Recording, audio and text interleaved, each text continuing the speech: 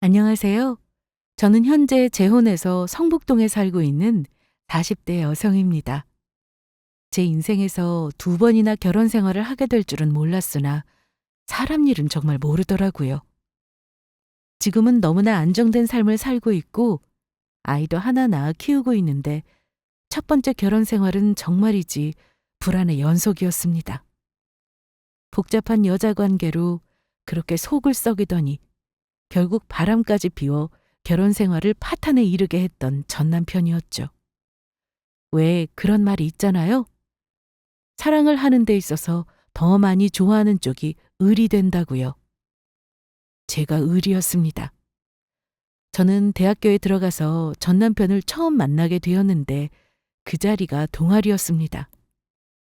180이 넘는 키에 잘생긴 외모, 거기다 매너까지 갖춘 전 남편은 그야말로 여학생들에게 인기 대상이었습니다. 저 역시 좋아하게 되었죠. 그러다 동아리에서 MT를 가게 되었고 친구들은 물론 선배들과 고기도 구워 먹고 이런저런 얘기를 나누며 전 남편과 저는 한층 더 친한 사이가 되었습니다. 이후 저는 더 많이 좋아하게 되었고 동아리 활동을 아주 열심히 했어요.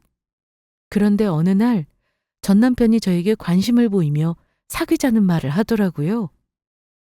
사실 저도 대충 짐작은 했습니다. 처음 동아리에 들어갔을 때 전 남편과 저는 눈이 마주쳤는데 그때부터 둘 다 호감을 갖게 된 것을요. 하지만 저는 내성적인 성격이라 티를 내지 못했고 그냥 대학 친구로서만 지내다가 사귀자는 말에 바로 오케이 했습니다. 그렇게 저희는 대학교 CC가 되었으며 각자 본 수업이 끝나면 항상 만나서 데이트를 했죠. 영화도 보고 술도 한잔하고요.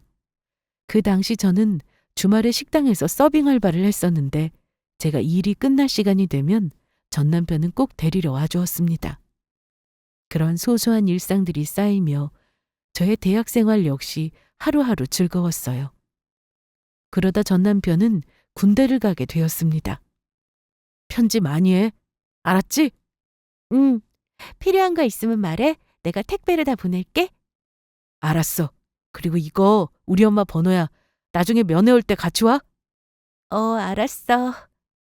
저는 군대 가는 전 남편을 배웅해 주었고 전 남편의 엄마 연락처까지 알게 되었습니다. 이후 저는 그 연락처로 가끔 전화해서 전 남편의 엄마에게 안부도 물었고 나름 친해지려 노력했습니다. 편지는 정말 거의 매일 써서 보냈고 군대에서 필요하다는 물건들을 메모해 두었다가 택배로 보내는 날도 많았어요. 저는 이때까지만 해도 전 남편이 제대 후 학업을 마치면 결혼까지 하겠구나 라는 생각을 했습니다. 그런데 얼마 뒤 전 남편의 여사친이 군대 면회를 갔었다는 사실을 알게 되었습니다. 친구라고 하니 뭐라 할 수도 없었고 휴가를 나와서도 제가 아닌 여사친들을 만나고 다시 복귀하는 날도 있었죠. 전혀 모르고 있다가 동아리 친구들을 통해 들었어요. 그러다 보니 이 관계를 계속 유지해야 하나 싶은 마음에 헤어지자는 말을 할까 말까 정말 수도 없이 고민한 적도 많았습니다. 하지만 그럴 때면 귀신같이 연락이 와서는 저에게 다시 잘해주었고 자기 엄마랑 연락하는 사람은 제가 유일하다는 둥 제 마음을 안심시켜주곤 했습니다. 전 남편을 제가 너무 좋아하다 보니 제가 사람을 제대로 못 본 잘못이 컸죠. 이후 시간이 흘러 전 남편은 제대를 했고 남은 학업을 마치기 위해 복학생이 되었습니다. 그 사이 저는 졸업을 해서 취업을 한 상태였기 때문에 수업이 끝난 전 남편을 만나면 항상 밥도 사주고 했었네요. 그런데 다시 대학 생활을 하게 된 전 남편은 여사친들과의 만남이 잦았습니다. 그렇다고 해서 저를 멀리하거나 하지 않았기에 제가 뭐라고 할 수도 없었어요. 그리고 결국은 저와 결혼도 했죠. 사실 주변에서 제 친한 친구들은 이런 말을 하긴 했습니다. 유진아, 여자는 자기 좋아해주는 남자 만나야 하는데 정말 괜찮겠어? 내가 쭉 봤는데 수호 걔는 여자 관계도 복잡하고 너 마음고생도 많이 했잖아. 결혼한다고 하니까 걱정된다. 나도 알아. 그런데 나도 좋아하고 수호도 나 좋다고 하잖아. 그래, 네가 줬으면 됐어. 그래도 한 번은 더 생각해봐. 여사친 없는 남자가 어디 있겠냐마는 그래도 선은 좀 지키는 게 맞다고 생각되거든. 친구들의 말도 맞는 말이었습니다. 하지만 저는 그야말로 콩깍지가 쉬었던 거죠. 그리고 사실 전 남편도 저를 좋아하긴 했습니다. 다만 연락하는 여자친구들이 많았을 뿐이었고요.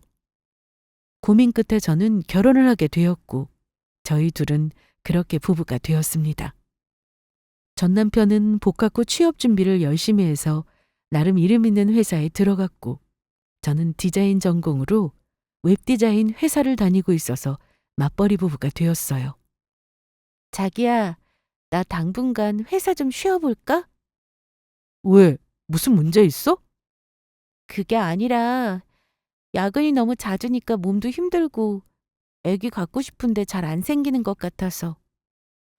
우리 아직 젊은데 뭐. 그리고 좀 더 있다가 애기 가져도 되고 그냥 다녀. 그래? 아니면 이직할까? 지금 다니는 회사 좀 일하는 시간에 비해 연봉도 적고 그런데. 네가 알아서 해. 네가 다니는 회사인데 나한테 물어보면 내가 아냐? 너도 참. 저는 회사를 계속 다녀야 할지 이직을 할지 고민이라 전 남편에게 물어봤는데 별로 관심이 없더라고요. 그리고 아기를 원했던 저와 달리 전 남편은 당장 애는 갖고 싶지 않다는 말도 했습니다. 서로 의견이 맞지 않다 보니 아이 갖는 일은 나중으로 미루게 되었고 저희 부부는 점점 대화도 줄고 주말에나 같이 얼굴 보고 밥 먹는 사이가 되었네요. 전 남편은 평일에 퇴근 후 집에 오는 시간이 항상 늦었는데 원래 친구들과 어울리는 걸 좋아했기에 저는 이해해 주었습니다. 하지만 결혼하고 나서도 연애할 때처럼 행동하니 보기 싫었죠. 한 번은 그 부분에 대해 제가 얘기를 한 적이 있어요. 결혼도 했는데 자기 너무 친구들하고만 어울린 것 같아. 만나는 거야 좋은데 지난주에는 일주일 내내 만나서 술 마시고 들어왔잖아. 좀 줄였으면 좋겠어. 넌 친구 만나는 거 가지고 뭐라고 하냐? 왜 그래? 나 일도 힘든데 그렇게라도 스트레스 풀고 싶다고. 그것도 못하게 하는 거야? 그게 아니라 일주일에 한두 번도 아니고 내내 놀고 오는 건 좀 너무하잖아. 넌 겨우 소주 2잔, 맥주 1잔이면 취해서 더 못 먹는 애고. 내가 너랑 술 마시면서 무슨 얘기를 하냐고. 그러니까 친구들 만나는 거지. 그래, 네 말대로 나 술 못 마셔. 그런데 너 친구들 만나는 거야 내가 이해한다고 치는데 왜 계속 미연이랑 지숙이도 같이 만나는 건데 내가 모르고 있는 줄 알았어? 친구들 좋아하는 거야. 다른 남편들도 많이 그러니까 이해한다고 쳐도. 대학교 때 여사친들이었던 친구들도 만나고 들어오니 신경질이 났습니다. 그 친구들은 아직 미혼이었거든요. 그리고 저와 마찬가지로 전 남편을 좋아했었기에 만나는 게 좀 싫었습니다. 너 그건 어떻게 알았냐? 나 감시하냐? 걔네 나랑도 친구야. 너 지난주 목요일에 술 먹고 잔뜩 취해서 들어온 날 지숙이가 나한테 톡했어. 너 전화 안 받는다고 잘 들어갔는지 걱정된다면서. 어디 걔뿐이야? 미연이도 연락 왔다고. 전 남편은 잠시 말을 잇지 못하더니 야, 나랑 걔네가 무슨 사이인지 너도 알면서 지금 무슨 의심하는 거냐? 그럼 내가 대학교 때 남자 선배들이나 같은 과 남자들하고 지금 술 마시고 늦게까지 연락 없이 놀고 들어와도 너 괜찮아? 거기다 내 친구들이 너한테 대신 연락해서 유진이 걱정된다면 잘 들어갔느냐고 물어보면 너 기분 좋냐고. 그랬더니 아무 말도 못하더라고요. 미안하다는 사과를 하는데도 저는 화가 풀리지 않았습니다. 그래도 어떡합니까? 잘못했다고 하는데 이걸로 이혼할 수도 없고 시간이 지나면서 자연스럽게 또 풀렸죠. 그 이후로 한동안 술 약속을 잡지 않았던 전 남편은 일찍 퇴근해서 저와 시간도 보내고 같이 심야 영화도 보고 연애 때 기분을 내며 사이가 조금씩 좋아지고 있었습니다. 하지만 그게 참 얼마 가지 않더라고요. 제가 화도 풀리고 전처럼 자기한테 잘해주니 또다시 술자리에 자주 나갔습니다. 그래서 저도 이건 어쩔 수 없구나 싶어 내려놓고 살았죠. 저는 이직 준비를 위해 다니던 회사를 그만두고 잠시 쉬던 중이었는데 남편이 저렇게 밖에서 친구들만 만나고 다니니 속도 상하고 해서 혼자 시댁에 갔는데 어머님이 저에게 이런 말씀을 하셨습니다. 예, 유진아, 우리 아들이 노는 거 참 좋아하는 거 너도 알지? 내 아들이라서 이런 말 하는 게 아니라 애는 참 착해.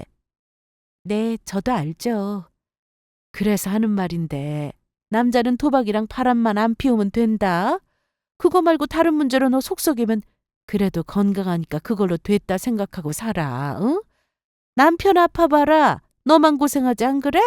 그러니까 네가 많이 이해하고 살아.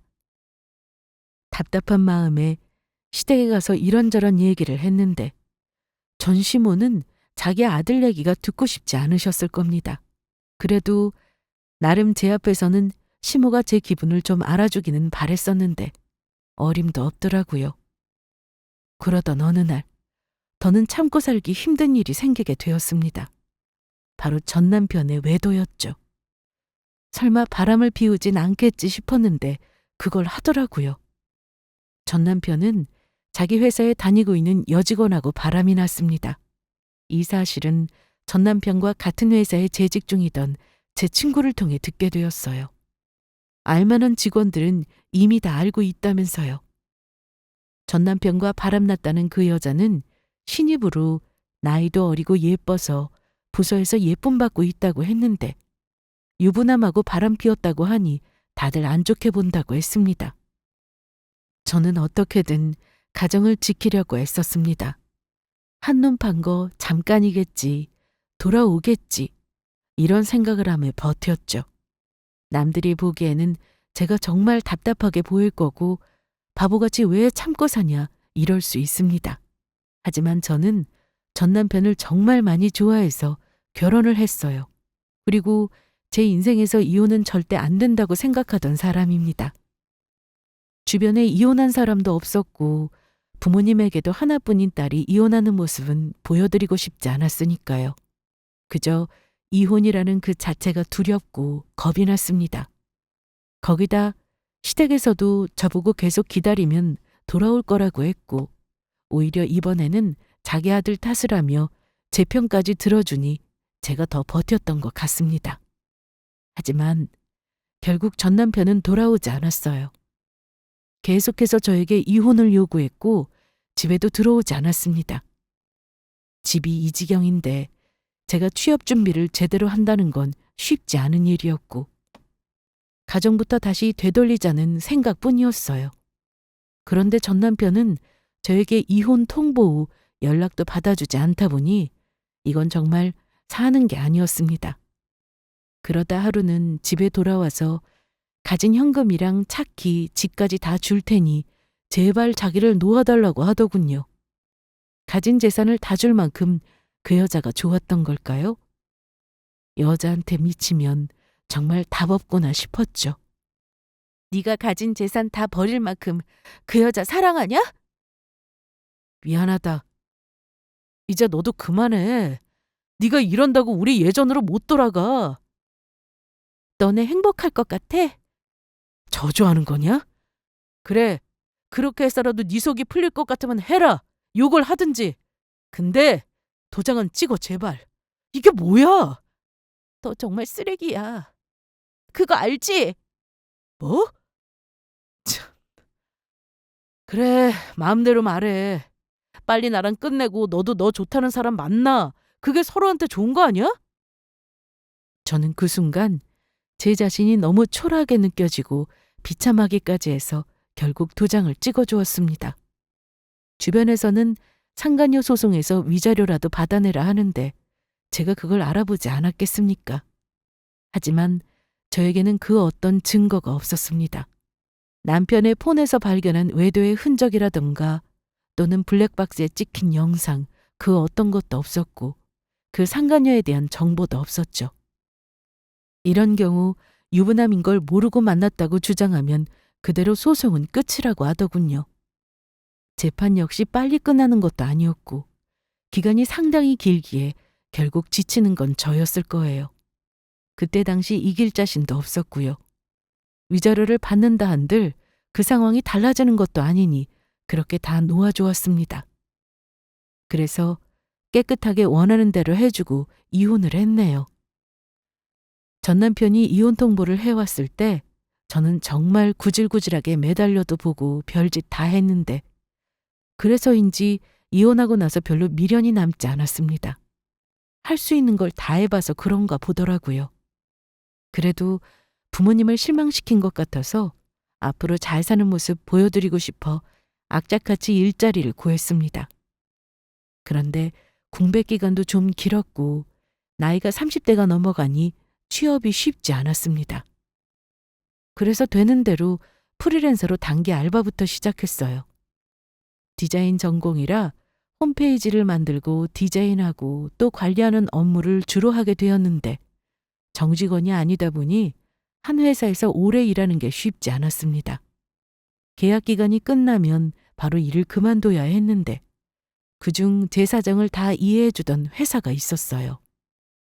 제가 구인 공고 사이트에서 모집 공고를 보고 이력서를 제출했더니 전화로 면접을 보게 되었고 이후 직접 회사에 나가 사장님과 대면 면접을 봤는데 생각보다 젊은 분이 사장이라 놀랐고 회사를 직원들과 함께 잘 키워나가면 좋겠다고 하셨죠.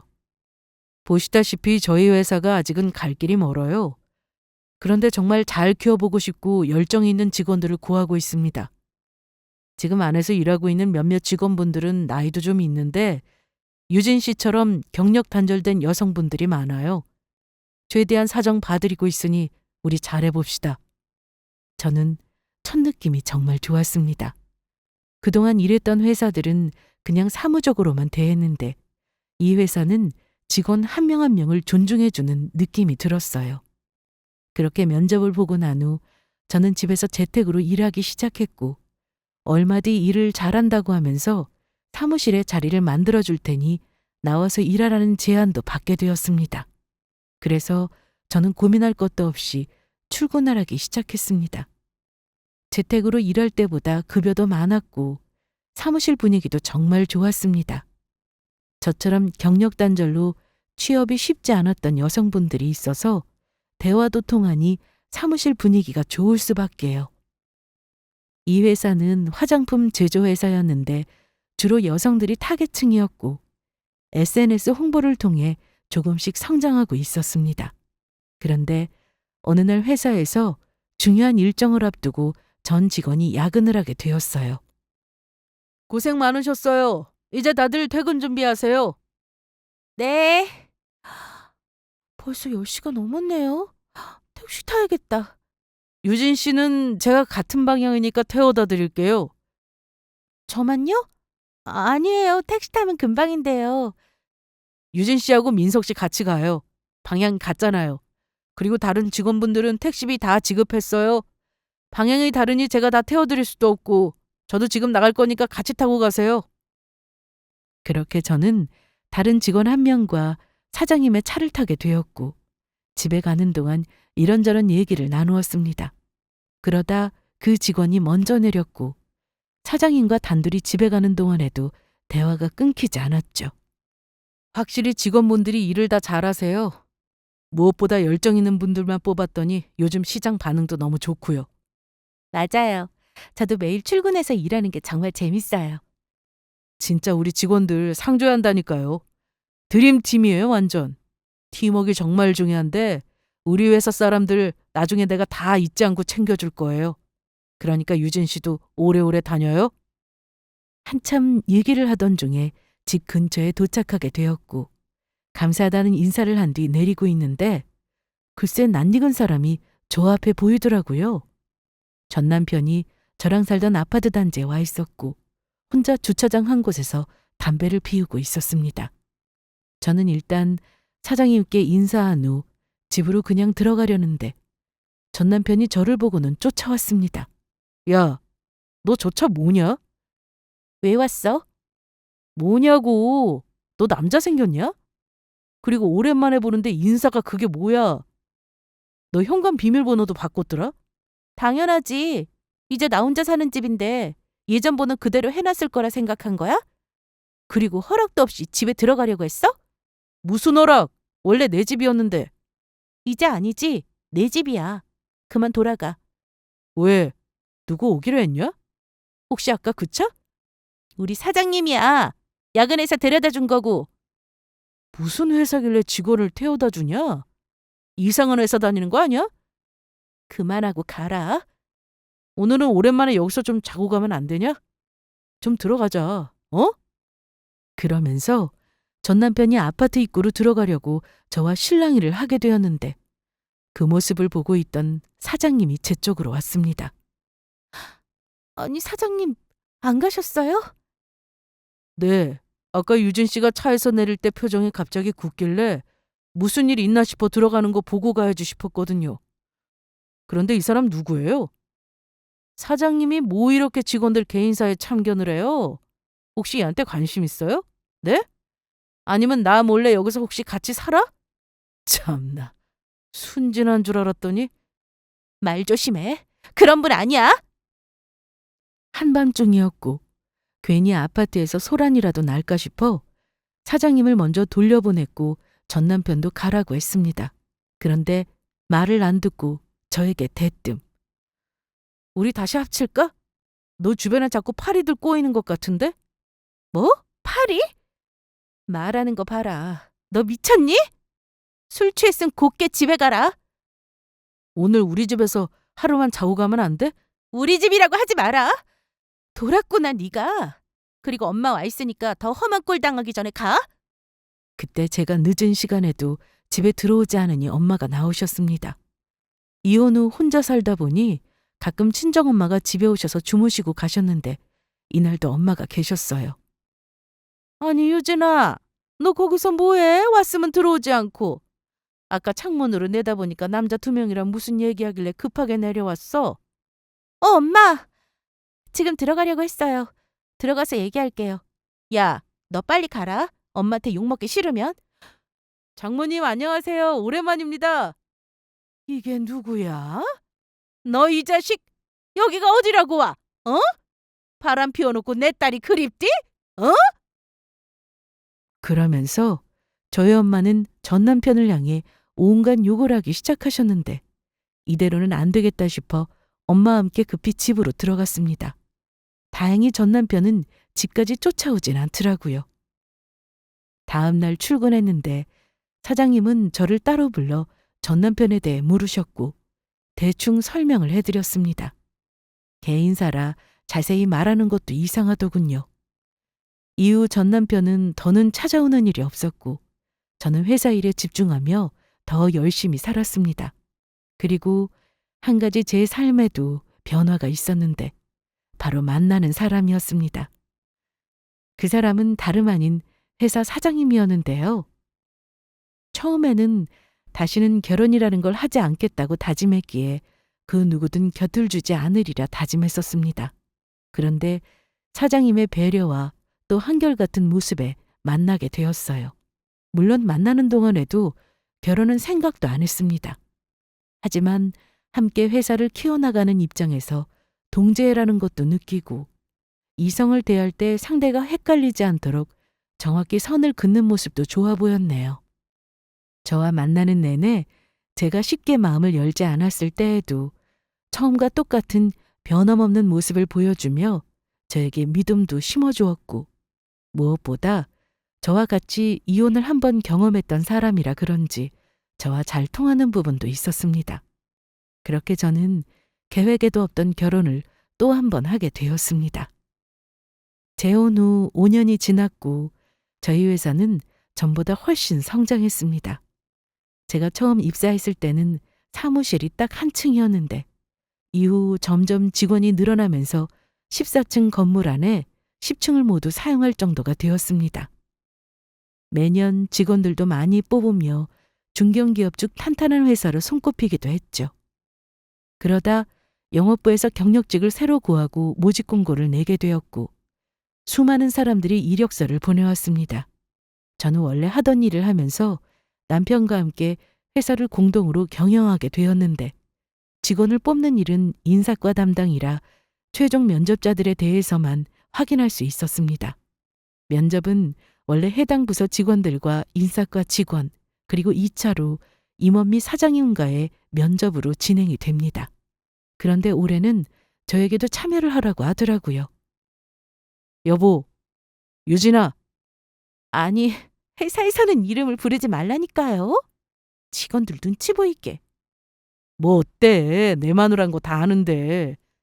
그래도 회사에서만큼은 그냥 직원으로 대해줘요. 그런데 왜요? 무슨 일 있어요? 내일 영업부 경력직 면접 있잖아. 알고 있어요. 올해부터는 자기도 면접에 참여하면 어떨까 싶어서. 에이, 내가 아무리 공동 경영인이라고 해도 면접은 좀 그렇지. 여직원도 뽑을 건데 면접관 중에 여자도 있으면 좋지 않을까? 여직원을 꼭 여자가 봐야 하나? 난 봐도 잘 몰라요. 그래도 이번에 한번 참여해봐. 응? 경험이다 생각하고 뽑는 거야. 인사과에서 당연히 알아서 할 거니까. 저는 그렇게 처음으로 면접에 참여하게 되었습니다. 하는 일은 회사 홈페이지 제작 및 관리를 여전히 하고 있으나 회사 전반적인 업무를 도맡아 하고 있었습니다. 회사가 자리 잡고 막 성장하기 전에 입사한 터라 사실 내부 사정을 잘 알고 있어서 결혼 후 회사를 남편과 공동으로 경영하게 되었거든요.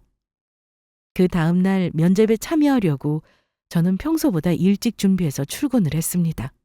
그리고 면접자들의 이력서를 살폈는데 글쎄 전 남편의 이력서가 있더군요. 대체 무슨 일인가 싶었죠. 나름 좋은 회사를 다니고 있어서 그만둘 일은 없을 거라 생각하고 있었는데 이력서를 보내왔다는 게 이상했어요. 전 직장에서도 영어 관련 일을 해서 지원한 건 맞는 것 같은데 왜 하필 이곳일까 생각이 들었습니다. 저는 아직 직원들이 출근하지 않은 이른 시간이라 급하게 친구에게 전화를 걸었습니다. 부서는 다르지만 전 남편과 같은 회사를 다니고 있어서 혹시나 어떻게 된 건지 알고 있지 않을까 싶어 전화를 했죠. 유진아, 이 시간에 어쩐 일이야? 미안해. 지금 출근 준비하느라 한참 바쁘지? 아니, 괜찮아. 근데 무슨 일 있어? 그게 말이야. 혹시 박수 그 인간 소식 좀 아나 싶어서. 네 전 남편? 갑자기 왜? 너 혹시? 아니, 너 이상한 생각하지 마. 내가 뭐 전처럼 아직도 그리워하고 그럴까 봐? 전혀 아니야. 절대 안 돼. 너 재혼도 했잖아. 그런데 왜 갑자기 그 사람 소식은 물어? 다른 게 아니라 우리 회사에 그 인간이 이력서를 냈어. 뭐? 아니, 많고 많은 회사 중에 왜 하필 너네 회사야? 그러니까 말이다. 인연 참 얄궂다. 그치? 근데 회사를 그만뒀어. 거기 괜찮은 회사잖아. 절대 본인이 직접 그만둘 리 없지? 네 전 남편 결국 잘렸어. 친구에게 들어보니 전 남편은 직장에서 잘렸다고 했습니다. 저와 이혼하기 전 같은 회사 여직원과 바람이 났는데 회사에서도 모르는 직원이 없을 정도로 소문이 파다하게 퍼졌다고 하더라고요. 처음에는 몇몇 직원들만 알아서 서로 쉬쉬했는데 순식간에 확 퍼지니까 다들 안 좋은 시선으로 봤겠죠. 그럼에도 회사에서는 징계를 내리진 못한다고 했습니다. 아무리 불륜이지만 철저히 개인사로 봐야 하니까요. 그래서 한동안 쭉 회사를 다녔나 본데 별 문제 없다가 그 상간녀가 헤어지자고 했답니다. 알고 보니 전 남편 몰래 상간녀가 다른 남자를 만나고 있었고 조건이 더 좋았는지 결혼까지 한다고 했다는데 전 남편이 가만히 있겠습니까? 상간녀가 바람 피니까 눈에 뵈는 게 없었겠죠. 본인도 바람을 피워놓고 참 뻔뻔하네요. 암튼 그 사실을 알았을 때 회사에서 전 남편이 상간녀 부서로 가서는 뺨을 때렸다고 하더라고요. 제 친구는 다 부서였는데 회의 끝나고 자리로 돌아가던 중에 한참 시끄러워서 가보니 전 남편하고 바람났다던 그 여직원이랑 서로 싸우고 있다고 했습니다. 아니, 회사에서 자기 여자친구를 때렸다고? 그래, 여자친구라고 하니 좀 웃기긴 한데 암튼 그 상간녀도 보통이 아니더라. 한 대 맞으니까 열받았는지 네 전 남편 머리카락을 쥐어뜯을 듯이 붙잡고는 얼굴도 손톱으로 핥히고 난리도 아니었어. 이게 보통 일이 아니다 보니까 다른 회사에 소문도 나고 결국 기사도 났었어. 어머나, 그런 일이 있었구나. 그래서 잘린 거야? 그래. 사실 회사에서 전부터 네 남편 별로 좋게 안 봤어. 이건 뭐 다른 직원들도 다 아는 사실이었고. 그런데 무슨 구실로 자르겠어? 그러다 그 사건이 기사화되면서 우리 회사인 것도 알려지게 됐고 결국 면직 처분 받은 거지. 한마디로 회사 명의가 달린 문제로 커지다 보니 그냥 해고된 거야. 여직원도 같이. 친구 얘기를 듣고 전화를 끊었는데 한참을 멍하니 있었습니다. 일단 당장 10시에 면접이 시작되는데 전 남편의 얼굴 볼 생각을 하니 짜증이 확 올라오더라고요. 거기다 남편은 오늘 일이 있어 회사에 오후에나 출근을 해서 말할 시간도 없었죠. 저는 한편으로는 그냥 서류 탈락을 했다고 연락을 할까 생각도 했습니다. 하지만 서류 합격을 한 사람을 아무 이유 없이 그렇게 말하는 것도 좀 아닌 것 같더라고요. 머릿속에 온갖 생각이 섞여 있는 동안 직원들은 출근을 하기 시작했고 곧 면접 시간도 다가오고 있었습니다. 그런데 남편의 이력서를 자세히 들여다보니 경력 내용이 사실과 달랐고 자소서 역시 제가 아는 것과 다른 내용이 적혀 있었습니다. 같이 살았던 사람인데 이력서를 거짓으로 작성한 걸 보니 좀 어이가 없었죠. 그래서 잘하면 이걸로 면접에서 바로 탈락시킬 수도 있겠다 싶었습니다. 9시 반이 되었을 때 면접자들이 왔고 대기실에서 대기를 하고 있었습니다. 뒤이어 전 남편의 모습이 보였는데 회사 입구에서부터 바로 눈에 들어오더라고요. 워낙에 키가 컸기 때문에 함께 들어오는 면접자들에 비해 눈에 띄었습니다. 제가 전 남편을 빤히 쳐다보니 저를 보고 전 남편이 놀라서는 다가오더군요. 아니 뭐야? 너 혹시 여기 다녀? 어. 아, 그것도 모르고 지원했네. 근데 여기 유망기업인데 네가 어떻게 들어왔냐? 옷차림새 보니까 혹시 비서? 꼬락 서니까 딱 비서구만. 내가 맞췄지? 저는 대답하지 않았습니다. 그리고 제 갈 길을 가려는데 전 남편이 저한테 이러더라고요. 야, 함유진, 너 내가 이 회사 합격하면 아는 척하지 마라. 말 안 해도 당연히 합격일 텐데 너 때문에 골치 아프게 다니기 싫다. 왜? 전 직장에서는 골치 아픈 일이 있었나 봐? 뭐라고? 헛소리 하지 마. 너 내 전 직장이 어딘지 알고 있잖아. 거기도 뭐 아무나 들어가는 줄 아냐? 그런데 왜 여길 지원했어? 그냥 쭉 다니지? 그거야. 그걸 내가 왜 너한테 말하냐? 나 면접 봐야 되니까 꺼져. 저는 여전히 저를 무시하는 전 남편을 향해 과연 네가 합격할 수 있겠냐 하고 한 소리 해주고는 면접 준비를 하러 갔습니다. 4명씩 면접을 보는 것으로 되어 있었고 전 남편은 3조로 대기 중이었습니다. 2조까지 면접관으로 잘 참여했다가 화장실이 급해 잠시 자리를 비웠는데 그 사이 3조 면접자들이 들어와 있었습니다. 다행히 시작 전에 저도 들어갔는데 그때 저를 보던 전 남편의 눈빛이 아직도 생생하네요. 아무 말도 못하고 저를 빤히 쳐다보는데 마치 네가 여기 있을 사람이 아닌데 대체 왜 면접관 자리에 앉느냐고 눈으로 말하는 것 같았습니다. 그리고는 얼굴이 붉어지는데 뭔가 잘못된 것 같다고 스스로 느끼는 것 같았죠. 저는 최대한 개인 감정을 자제하고 면접을 보기 시작했습니다. 전 남편을 포함한 총 4명의 지원자들에게 지원 동기와 이전 직장에서의 경력 사항에 대해서 말해달라고 했죠. 차례대로 답변을 하기 시작했는데 전 남편도 여기까지는 대답을 잘했습니다. 그 이후 다른 면접관들의 질문도 이어졌습니다. 신입을 뽑는 자리가 아니라 경력직이라 이전 직장에 대한 질문이 많았습니다. 그런데 전 남편이 잠깐 일했던 근무지도 오래 일한 것처럼 써놓았고 전 직장에서 받았던 연봉도 부풀려 기재했더라고요. 제가 이걸 놓칠 수가 없었죠. 박수호 씨는 전 직장에서 연봉을 7천만 원 받았다고 적어 놓았는데 맞나요? 네, 맞습니다. 그럼 이 회사에 합격하면 희망 연봉은 어떻게 되죠? 기재해 놓은 것과 같이 7,500 희망합니다. 전 직장이 이름 있는 기업이기도 하고 저는 경력도 긴 편이라서요. 그래요? 여기 기재한 부분 모두 확실한가요? 저는 전 남편에게 물었고 이후 다른 지원자들에게도 모두 물었습니다. 4명은 모두 맞다고 대답을 했는데 만일 거짓임이 드러나면 합격을 하더라도 다시 취소될 수 있음을 안내해 주었죠. 그런데 끝까지 전 남편은 모두 맞다고 하더라고요. 그리고 마지막으로 전 직장에서 퇴사한 이유를 물었습니다. 다들 더 나은 조건으로 현재 회사에 지원했다고 하는데 전 남편의 경우에도 비슷한 대답을 했습니다. 그럼 전 직장에서 경력증명서 받아올 수 있습니까? 그건 이미 제출했습니다. 그 퇴사 사유가 분명히 나오도록 해서 다시 받아올 수 있는지 묻는 겁니다. 다른 지원자분들은 사유가 명확하게 나와 있는데 박수호 씨 경력 증명서에만 사유란이 비어 있네요.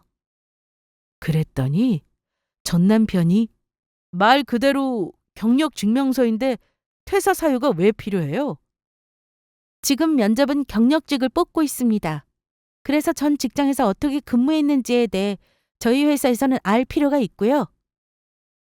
그렇게 저는 모든 면접을 마치고 인사과로 향했는데 그때 전 남편이 저를 불러 세우더니 화를 내기 시작했습니다. 야, 네가 뭔데 면접을 보냐? 뭐 여기 뭐 임원이라도 되냐? 그건 네가 알 거 없고. 이야, 너 많이 컸다. 나한테 이제 할 말 똑바로 하는 거 보니까. 나 바쁜데. 면접 봤으면 그만 가봐. 너 개인적인 감정으로 나한테 그런 못된 질문한 거 내가 모를 줄 알아? 무슨 말이야? 전 직장에서 일을 왜 자꾸 물어보는데. 그리고 퇴사 사유? 야, 경력 증명서에 보통은 퇴사 사유 그딴 거 안 적어서 받아올 수 있는 거야. 그런데 네가 뭐라고 그걸 적어오라 말하냐? 난 여기 회사 직원이니까. 오늘 면접관이었고. 그러니 충분히 요청할 수 있지. 너 합격하면 2차로 사정하고 면접 보게 될 거야. 그런데 거짓말로 지원해서 합격한 사람이 2차 면접까지 보는 일은 없어야 하지 않니? 너 연봉도 엄청 올려서 적었던데. 네가 뭘 모르나 본데. 다 그래. 누가 자기 연봉 솔직하게 적냐? 조금씩 올려 적는 거라고. 그래, 알았다. 그만 가봐. 혹시 나 떨어지면 그거 너 때문인 줄 알 거야. 나 그럼 다시 와서 항의할 거라고. 개인적인 감정으로 그랬다간 내가 다 밝힌다. 어? 마음대로 해. 그리고 네가 탈락했다면 그건 나한테서 이유를 찾지 말고 너한테서 찾아야 될 거야. 오늘 너랑 같은 조였던 지원자들 실력 정말 좋았거든. 스펙도 좋고. 그런데 그때 남편이 일을 보고 회사로 막 들어오고 있었습니다. 저를 보고는 유진아! 이제 와요? 오늘 면접 본 소감은? 좀 떨렸는데 할만했어요. 거봐, 너 할 수 있다니까. 그런데 이분은 누구셔? 낯이 좀 익는데? 아, 오늘 면접 보러 온 사람인데 궁금한 게 많은지 저한테 자꾸 질문하길래 답해주고 있었어요. 그만 가보세요, 박수호 씨. 남편과 대화하는 도중 지나가던 직원들이 사장님이라며 인사를 했고 그 모습을 보던 전 남편은 놀란 표정을 하더니 저와 남편을 한참이나 쳐다보고는 돌아갔습니다. 제가 사장님과 친분이 있어 보여서 더 빤히 쳐다봤을 겁니다. 저는 이후 남편에게 모두 얘기했습니다. 사실 저 사람 내 전 남편이에요. 당신도 그날 봤었죠? 몇 년 전 우리 회사 야근한다고 나 태워다 준 날 기억나요? 그때 제가 사는 아파트 단지 안에서 잠깐 마주쳤는데. 아, 생각난다. 어쩐지 어디서 본 것 같더라니. 그런데 저 사람이 우리 회사 면접을 보러 왔어요? 네. 저도 이력서 보고 깜짝 놀랐어요. 오늘 아침에 봤거든요. 면접은 그럼 어떻게 본 거예요? 그런데 이미 탈락이에요. 내가 원했던 바이긴 한데 다른 지원자들 스펙이 너무 좋고 경력도 화려하고 그래서. 다행이네요. 당신 괜찮아요? 그럼요. 괜찮죠? 진짜 세상 좁다는 말이 괜히 있는 게 아닌 것 같아요. 어쩜 여기서 다 만나고. 다행히도 남편은 별 신경을 쓰지 않았습니다. 그리고 어차피 탈락한 사실을 저는 알고 있었기에 그 또한 다행이라고 생각하고 지냈죠. 그런데 그날 저녁 자려고 누웠는데 모르는 번호로 문자가 왔습니다. 유진아, 자니? 나야 수호. 아까 회사에서 미안했다. 말이 좀 심했지? 너 보고 나니까 잠이 안 와서 우리 연애 때 생각도 나고 네가 나 많이 좋아했는데 내가 그거 알면서 모른 척하고 다른 여자한테 눈 돌리고 지금 생각하니까 왜 그랬나 싶다. 그냥 이 밤에 보고 싶고 생각나서 문자했어. 미안. 그런데 이 문자를 제 남편도 같이 봤습니다. 어찌나 얼굴이 화끈거리던지 번호도 저는 진작에 지우고 차단했는데도 번호를 바꾼 건지 전혀 다른 번호더라고요. 혹시 남편이 오해할까 싶어 설명하려는데 진짜 찌질하네요. 저 사람이 바람 피워놓고 뻔뻔하게 이혼해달라고 했다면서요? 네. 미안해요. 이런 문자 오게 해서. 그게 무슨 말이에요. 번호 알려준 것도 아니고 마음대로 보낸 걸. 혹시나 또 올 수 있으니까 이 번호도 차단해요. 나 괜찮으니까 마음 쓰지 말고. 정말이지. 재혼한 지금의 남편은 마음도 넓습니다. 솔직히 연애 때는 물론 결혼하고도 저는 똑같았어요. 제 성격이 좀 그렇거든요. 누군가를 만나기 시작하면 온전히 마음을 다 쏟는 그런 사람이라 지금 제 남편도 그걸 잘 알아서 저를 정말 위해주고 존중해 주었답니다. 며칠 뒤 면접 결과를 발표하는 날이 되었고 합격자들은 물론 불합격자에게도 모두 연락을 했습니다. 그런데 불합격 소식을 들은 전 남편은 저희 회사로 전화를 해서 바로 저부터 찾았습니다. 저는 남편과 회사 공동 경영인이라 임원실에 있는 층에서 근무하고 있었는데 전 남편으로부터 전화가 왔다는 말에 올 것이 왔구나 싶었어요. 그 사람 성격상 그냥 넘어갈 것 같지 않았거든요. 분명히 본인이 탈락한 이유를 제 탓으로 돌릴 것 같았습니다. 여보세요? 야, 유진아. 뭐냐? 내가 왜 탈락인데? 너 진짜 이런 식으로 나 괴롭힐 거야? 내가 바람 좀 폈다고 이렇게 복수하는 거야? 뭐야? 무슨 말 하는 거야? 누가 합격했는데? 어? 걔네들 이력서 좀 보자. 가져오라고. 여기 회사야. 나한테 이렇게 함부로 하지 않았으면 좋겠어. 그리고 탈락 사유가 궁금하면 이력서에 적힌 이메일로 보내줄 테니 그거 확인해. 이런 식으로 전화하지 말고. 전화를 끊고 나서 마음이 편치 않았습니다. 괜히 심장이 두근거렸죠. 그 이유는 회사로 찾아올 것 같았거든요. 그런데 제 예상대로 정말 찾아왔습니다. 오자마자 인사과부터 찾았는지 해당 부서가 시끄럽다고 연락을 받고는 남편과 같이 가봤는데 전 남편이었습니다. 아니, 타당한 사유가 있어서 탈락한 건데 이러시면 안 됩니다. 내 눈으로 보기 합격한 사람 이력서 보여주세요. 내가 비교해 볼 테니까요. 유진아, 너 잘 만났다. 이리 와봐.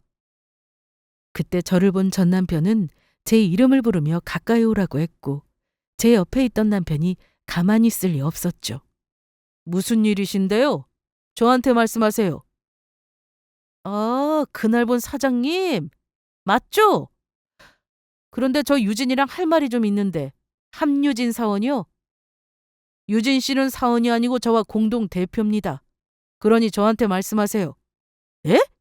대표요? 공동? 유진아, 먼저 나가 있어. 내가 해결할게. 알았어요. 야, 함유진! 이리 와봐. 네가 직접 말해봐. 네가 정말 대표야? 어?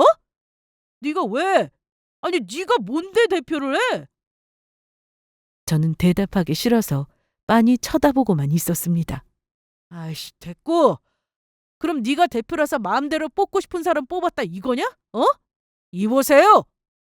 계속 이러시면 영업방해로 경찰에 신고할 수밖에 없습니다. 하라고. 다시 합격시켜줘도 이 회사 안 가. 더러워서 안 다녀. 그런데 개인 감정으로 지원자 탈락시키면 안 되는 거 아니야? 어? 제발 그만하고 나가세요. 나가세요? 웃기네.